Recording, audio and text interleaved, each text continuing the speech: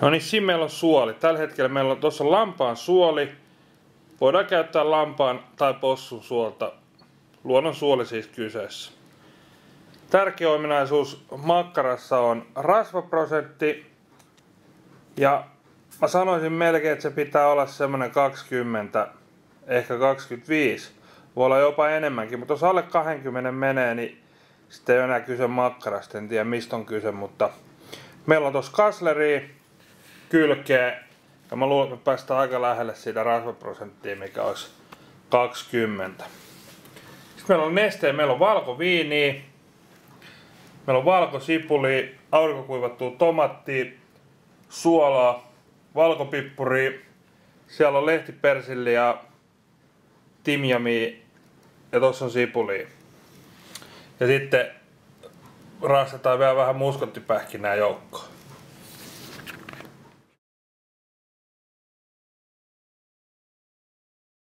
Makkaran valmistus ei siis ole todellakaan mitään rakettitiedettä. Muutamia tärkeitä asioita on, mitä pitää muistaa.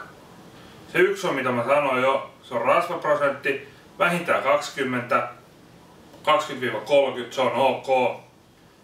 Seuraava tärkeä asia on suolaprosentti. Suola, tässä on turha tehdä mitään vähäsuolaisia makkaroita, koska ne ei vaan kerta kaikkiaan maustu. Eli haetaan semmoista 1,5% vähintään. 1,5–2% välillä pitää olla suolaisuus. Ja mausteet pitää olla hyvin, että se makkara oikeasti maistuu hyvälle. Liha voi ostaa tietysti kaupasta jo jauhettuna, tai sitten mulla on nyt itse asiassa testissä Brownin Multiquick mylly, niin katsotaan mitä sillä saadaan aikaiseksi, toimiiko se ja miten se toimii. Sitten kun meillä on se massa, niin se olisi hyvä saada emulkoitua, eli käytetään monitoimikoneessa ja pyöritetään vähän siellä, että saadaan massasta vähän kiinteämpi. Tulee kivempi rakenne sille makkaralle. Ei välttämättömyys, mutta empiirinen testaus on kertonut sen, että toimii paremmin. Ja tosiaan lampaan suoli on tänään kyseessä, se on ohutta, vähän nakkimainen. Silläkin on itse asiassa ero, että onko lampaan suolessa vai possun suolessa, niin se vaikuttaa makuun yllättävänkin paljon.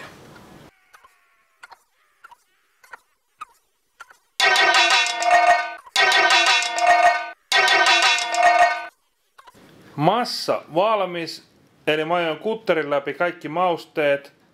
Sen jälkeen mä laitoin yleiskoneeseen lihan sekä sen mausteen.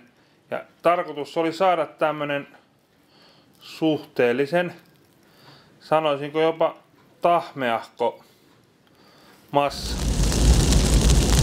Noniin, suoleen pursottaminen onnistui oikein hyvin.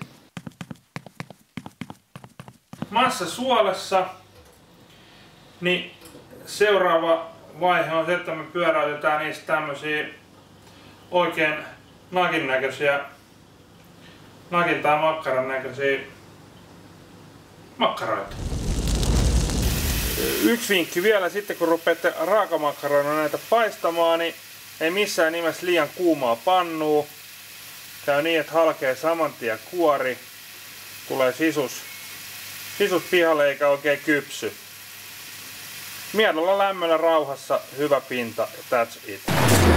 No niin, se oli lyhyt oppimäärä tällä kertaa makkaravalmistuksen saloihin. Saatte juonesta kiinni, miten kotimakkaraa tehdään.